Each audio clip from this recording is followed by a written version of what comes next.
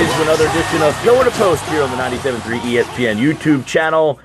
Mike Gill from 97.3, Tom Morgan from Sojo 104.9, and we are 3 weeks now away from WrestleMania, Morgan, and I can't say I'm too excited right now. Can't say the build-up has been very solid to this WrestleMania event coming up. Yeah, and by the way, it's good to see you again. It seems like ages since we've done this here at I was sick last week, so we missed a week of Pillar to Post because of illness. Oh, we all could not battle through it. Yeah, it's pretty depressing. I mean, this build-up to WrestleMania. I mean, we're getting some matches, we're getting some confirmed stuff going on, some stuff we already knew, some stuff we didn't know, but there's nothing that really makes me want to watch it. I mean, other than some of the dream matches that we've always wanted to watch, but other than that, there's nothing really that excites me at all. I mean, right now, if you're looking at this card, is Sting Triple H the main event? I mean, is that what you're putting on last? I mean, two guys, one guy in his 50s, another guy who's in his late 40s. The last two stretch, part-time guys is your main event right now? I mean, I don't know. The card so far has what? The Sting Triple H. Yeah. Looks like Undertaker Bray Wyatt is now happening. Right. So is Undertaker not going to do any appearances? He's just going to show up at WrestleMania? I would have just sat him out the whole year. How about you? Well, you know, he did that against Kane at one WrestleMania. I think it was WrestleMania 20, and he showed up back with his darkness look, you know, after he ditched the bike look, and so he did do that once. But yeah, I mean, it doesn't look like he's going to show up until WrestleMania. Oh, of course, he could surprise us all, but yeah, I mean, we're shaping up for that. We're shaping up for what I think could be a very good Intercontinental ladder match. It's a little sloppy how the build-up is going on, but I think it could be a decent match. They've totally devalued being the Intercontinental Champion. I mean, Bad News Barrett, has he won a match since he's been the IC title? I mean, that belt has been worn by some greats, and they're making it a joke. Right. I mean, R-Truth is on commentary every week. Shouldn't even be in the match. It reminds me of back when WWE was WWF. They had the hardcore title, and they would, like, pin whoever, like, in anywhere. It was like, you know, the title was on the line 24/7. Yeah. Even though it's not quite like that, it has that same kind of feeling.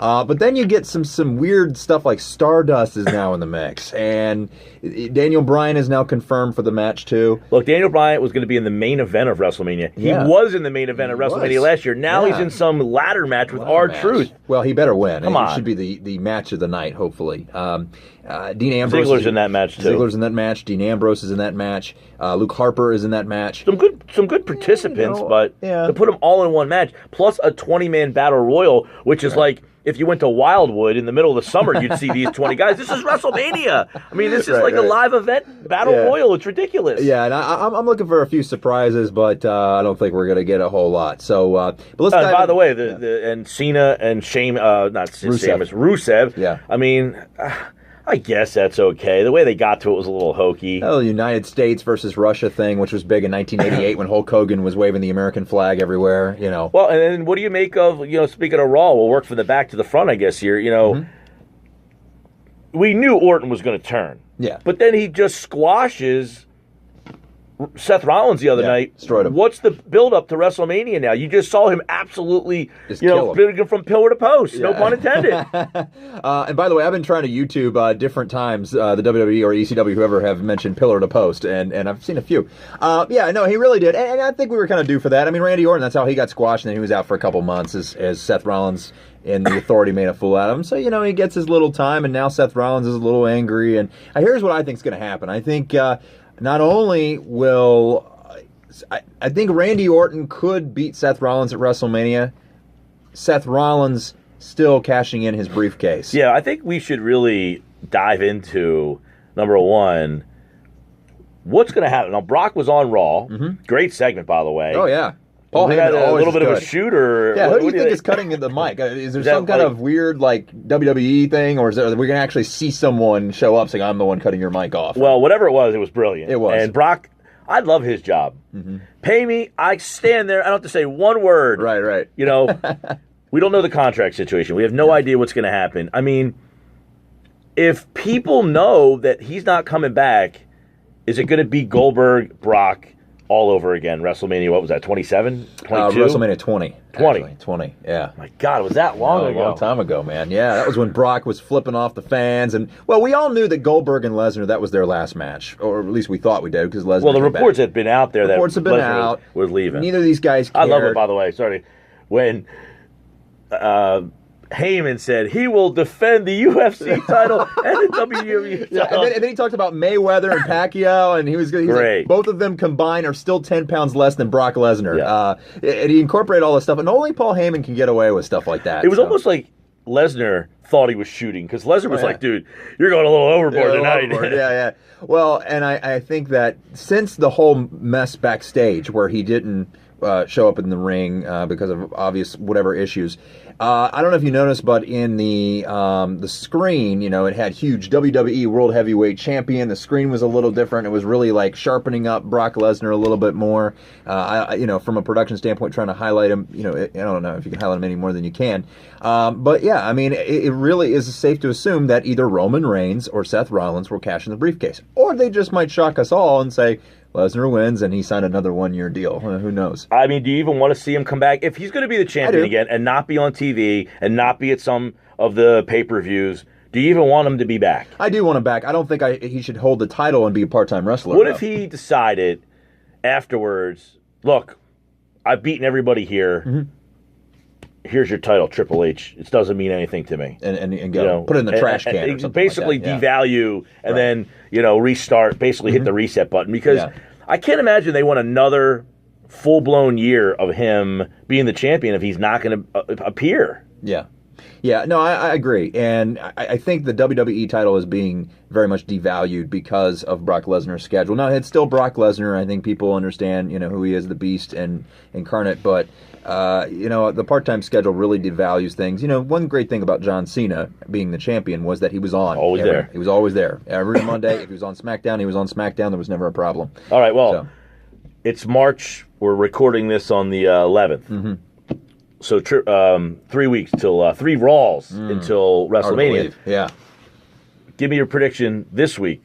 Right. Who wins the championship? Brock, Reigns, or will it be Rollins with the belt? I think it will be Rollins with the belt. I'm going with Rollins. I hate to say it. I hope it's not Reigns for our sake. Yeah, he's just not ready. Not ready. He's not enjoyable to watch. He's not. They're trying to. They're trying hard. They're trying really to make hard. You like him. They are bringing back a former WWE champion, by the way, or excuse me, world champion. This guy never won the WWE title. Mark Henry is going to be making his return, apparently doing something with Roman Reigns as well. So it looks like Mark Henry could be a heel. These are just internet rumors. Take it for what it's worth. So that might have some sort of part of the story leading to WrestleMania. There's only 3 weeks left, so I really don't know how much of a story you're going to get. But yeah, so we are hearing that as well here at Pillar to Post.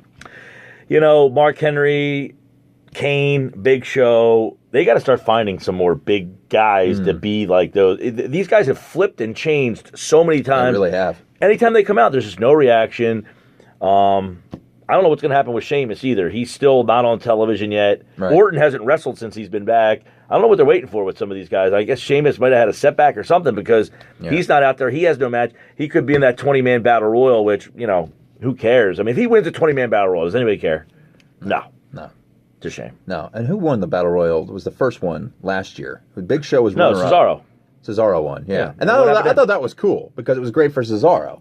So I'm hoping that maybe they find this wrestler that it's good for them. I would love to see that be the maybe like influx of some of the NXT guys. Maybe you see Finn Balor. Maybe you see Kevin Owens, come in. Maybe you see one of the Sami Zayn. Maybe see one of those guys come in on display for the first time and maybe win that thing and then come back on Raw the next night and put them right into the IC picture with Daniel Bryan. And therefore you would have a great lead up for those two guys for a couple of weeks or a couple of months and let those guys do it like the old days where the IC guy is making his push to become the champion. I think that would be a really cool way to do it, to put one of those guys, those NXT stars, into that battle royal and then, boom, have them go for the IC, boom, boom, boom, finally get over Daniel Bryan maybe, or have Daniel Bryan get over that guy, let him become the IC for a year or two, and then let Bryan get back into the And I'm not even a Daniel Bryan fan, but I understand that people, I respect what he does, no question about it. Right. Although I will say this, I can almost predict every single move he's going to do at what time. He's going to fly off the rope, duck underneath of you. Right. Yes. Duck again. 3 kicks to your chest. Well, that's a good point. There's some heritage behind intercontinental ladder matches. I mean, who can forget Shawn Michaels versus Scott Hall at WrestleMania 13? Yeah. I really, this needs to be a good match. It needs to have that. I would love to see a Hardy Edge and Christian Dudley Boys-esque ladder match here. Oh, yeah. Totally. And I think it will. I think this match has potential. I really do. I know you don't like Daniel Bryan. I don't like... It's not that I don't like him. I just don't buy into him. Yeah, right. I have a hard time, suspending disbelief for a little while there that he, is in there. He's in there. And what's going to kill it is if Sheamus decides to make his debut at WrestleMania and he interferes in this ladder match, that's going to piss me off. It's going to piss me off. Not because, oh my God, Sheamus, it's just, this is going to be such a great match. Let's put Sheamus out there. He's part of the authority. We all know it now. We're living in an era where everyone's online. They know what's going to happen. He's going to come back as a heel and roll with that. And by the way, Mark Henry, you answer your question earlier about what do we need to do with these big guys. Turn Mark Henry into sexual chocolate again. That's your answer. I know typically we go over Raw and stuff, but I thought it was such an uneventful night. Other than Sting spoke for it wasn't really Sting speaking, but he told why he wanted to get back into it. I thought that was necessary, though. Yeah. I think they needed to have Sting or a voice of Sting tell everybody why he appeared. Why is he back? Give me the story as to why he's here. So I thought they did a good job with that. We saw Cena and Rusev get put together. We saw, obviously, as we talked about, Rollins turn. So we did see, and we saw Heyman do a great promo. We did see some things. I didn't need Pittsburgh's own Wiz Khalifa. Yeah, that was when the DVR was being fast-forwarded. No offense to people who are fans of this guy, but I don't want to watch a concert when I'm watching wrestling. It was terrible. They do this a lot. Yeah. I thought the Daniel Bryan Bad News Barrett match had some legs. And then of course went right into Dean Ambrose going against Stardust. I guess they killed that whole storyline with the whole Cody and Goldust thing. I don't know what happened with that. Dean Ambrose, of course, wins. Then you have the whole who's got the Intercontinental title this time. It's ridiculous. R-Truth ends up getting it, so they're making a joke out of that. We move on to Ryback and Eric Rowan. If I had to see Ryback and Eric Rowan again together, I've had enough already. Yeah, this is. I would like to see Eric Rowan get back with Luke Harper in some capacity, but I know that they want Harper is a pretty good singles guy, but Rowan by himself is just tough. Filler. Eric Rowan shouldn't be a face either. I mean, he's too weird for that. And so now they're making him kind of like a cartoon character. We go back with Big Show and arguing with Kane. Stephanie McMahon comes out, no Triple H. And we were still seeing a little bit of friction between Big Show and Kane ever since Royal Rumble, actually. And they're both in the big Andre the Giant Battle Royal match. So, thankfully, we're not going to see them, hopefully anyway, match up, because I guess they could do both. We, of course... The Divas stuff is pretty interesting. I'm interested to see what happens with AJ. Are they going to do a tag team match, though, at WrestleMania? Because... are Paige and AJ going to team up? By the way, if you're watching Total Divas, that Paige is a little something. Do you watch Total Divas? Yeah. Oh, okay. That Paige is something, man. Episode. Paige is something. Yeah. I mean, she just flat out told a guy, I don't want to date you. I just want to bleep you. That's all this is. She says it's just for a bleep. Well, bleep. Yeah, I've yet to see a single episode. Maybe I should start watching. I'm watching for Paige.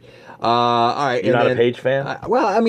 You were into the whole pale skin, thing with Paige. No, she had a tan. I'd probably think I'd like her too. I'm a fan of AJ Lee. I like AJ too. She's right there, man. That's why it's interesting that they're right together. Yeah, and here's my problem, and I know this sounds wrong. For those of you who are really into the Divas division and into the show, I mean, I've just been so tuned out with the Divas matches. They've been terrible. So I fast forward through it. So I don't know what's going on. I know. All right. I know, but I mean, back when Trish Stratus and Lita and all the, it was a good match. Well, there's no potential Hall of Famers hanging out. Although Paige is really good. Paige is good. AJ Lee's got some. It still has a lot in her too. Of course, she doesn't get quit and go home to CM Punk.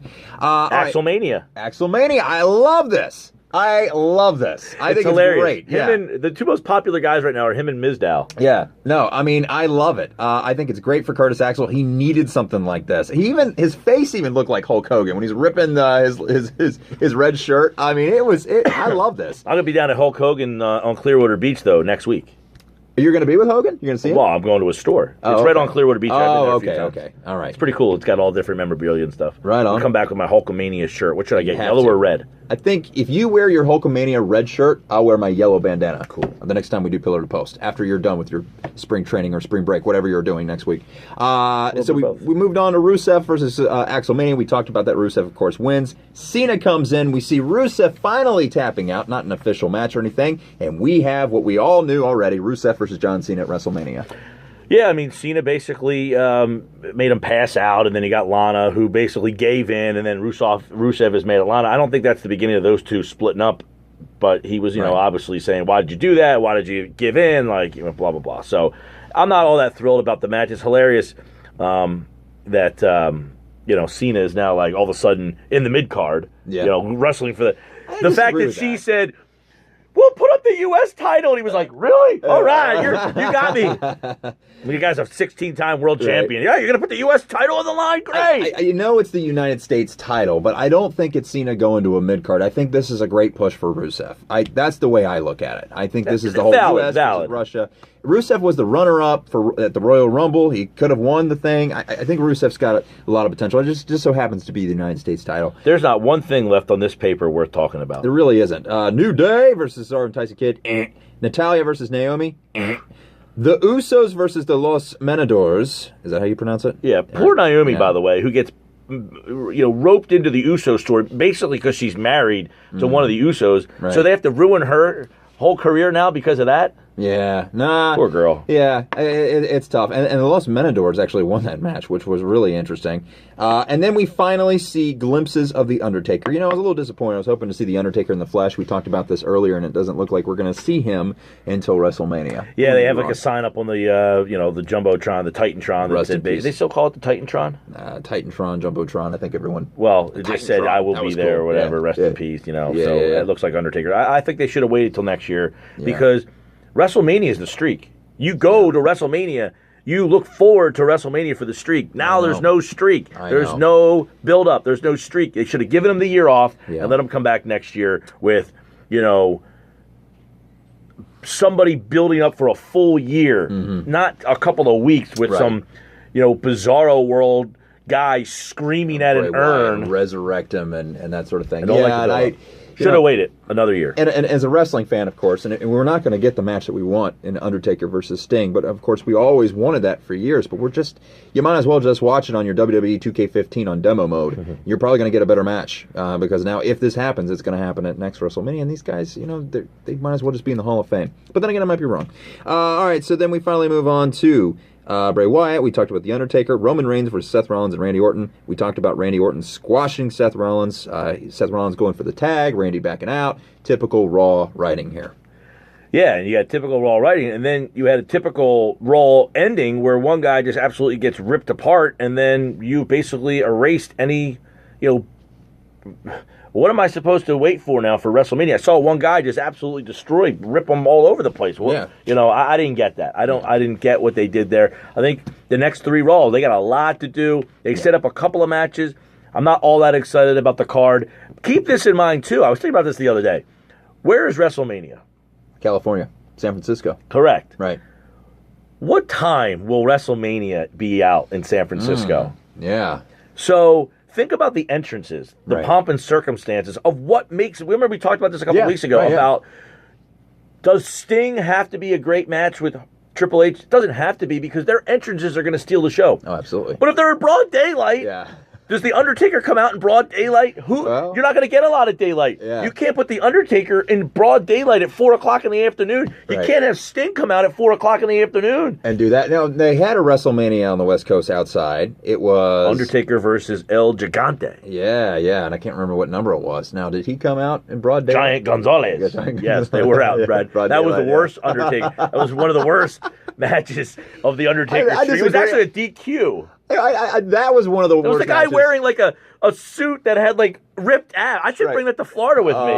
The suit with the ripped abs. Yeah. I thought that was bad. I thought The Undertaker versus Prince Albert was also a bad match at WrestleMania. Who's the new trainer, by the way, for the developmental because Bill DeMott, known as Hugh Morris in the WCW, resigned from his position with all this stuff going on. Yeah. So that's an issue. Right. The pyrotechnics, the lights going out. It's going to be broad daylight out there at 5, 6, 7 o'clock at night. When I was at WrestleMania in New York, granted, it was East Coast. There was broad East daylight. Coast. It was East Coast, but there was dark broad daylight still, and they saved those matches for that, and they waited. Well, you got to think about it. What time's on the East Coast WrestleMania going to start? It started about 6:37. Which means the first match is going to be about 4. Right. So it's not going to get dark till about 7. That's 3 hours. Yeah. Which is about the length of WrestleMania. Right, yeah. It'll be interesting. I definitely think that Sting and Triple H, I still think this world title match is still going to be the main event. Okay, well, if you're going to put that last... You might as well put Sting before... that's another daylight. That's another 40... Yeah. How long, by the way, is Reigns and Lesnar going to be? How long can Lesnar carry him? Because this isn't Lesnar fighting Daniel Bryan. He's got to carry Reigns. Reigns can't go for more than 10 minutes without sucking wind. Yeah. How long is that championship match going to be? How long does it need to be? It needs to be at least 20 minutes. Can Reigns go that long? I don't know that he can. We'll find out. All right, my WWE Network pick of the week. A lot of great stuff on there right now. They're doing a new, what are they calling them? Like WrestleMania 24, where they follow guys around. That's coming out. They had the Chris Jericho thing the other night following. I can't remember the name of it, but they played that after Raw. But I watched the other night the Battle at the Beach. Wow. WCW. Yes. What year? I believe it was 97. It was the year that the NWO formed. Okay, all right. It was when Hogan came out. Yeah. Was it 96 or 97? It was 96. 96, Match at the Beach. Wow. So check that out. The rest of the card was a little iffy, but a little nostalgia because last night, a couple nights ago on SportsCenter, they had the NWO logo up there. So I was like, kind of like, you know what? On SportsCenter? Yeah. Oh, be darned. Well, they were talking about how a formation of something. I don't remember what the reference was, but it was pretty interesting. I got to remember it. But that's my WWE Network pick of the week. Check out the Bash of the Beach 96. I guess it is 96. Yeah, I'll 96. take your word for it. I think it's 96. Yeah. All right, big Raw this week. They got to do good, man. They got to lure me in. Right now, I'm very disenchanted with what's happening. 2 Divas matches this week. Boo. We had a couple tag matches like New Day versus Cesaro and Tyson Kidd. Not good enough. Yeah, I mean, we really got to get fired up. You know, I think we're definitely going to see a contract signing. Going to see Sting again between I think we will. I think we're going to see him at the Raw before WrestleMania. I think that will be when the contract signing will happen. I think it would be awesome if Shawn Michaels was there with them. You think they're going to actually do a signing in the ring? I think so. A match like this. This wasn't enough? Well, that's one thing, but I think. You remember when Sting first talked after Starrcade when he faced Hulk Hogan and he put his bat to J.J. Dillon's throat because you've got no guts. Yeah. You know, when they disbanded the title. I think we might see something like that. Well, I'll tell you what. When they showed the why Sting got there and he said like and I love the failed. classic footages of WCW. They're tying it in 14 years later. I tried to save them and I failed. Yeah. Whose voice was that? I think it was a combination of I could hear some of his voice in there, and then you had like a weird. deep voice. So I don't know if maybe they took his voice and then made it deeper because we're in radio, we can do that. 14 years. There are ways of doing that, but I don't know. But he certainly isn't going to talk like that if he gets on a microphone, which we may not see. But all right, well, that's all the time we got today. We got a lot we got into today. Yeah, Monday Night Raw should be big. Hashtag Pillar, the number 2, Post. And we'll be back next week with another edition of Pillar to Post here on the 97.3 ESPN YouTube channel. For Tom, I'm Mike. Have a great week, everybody.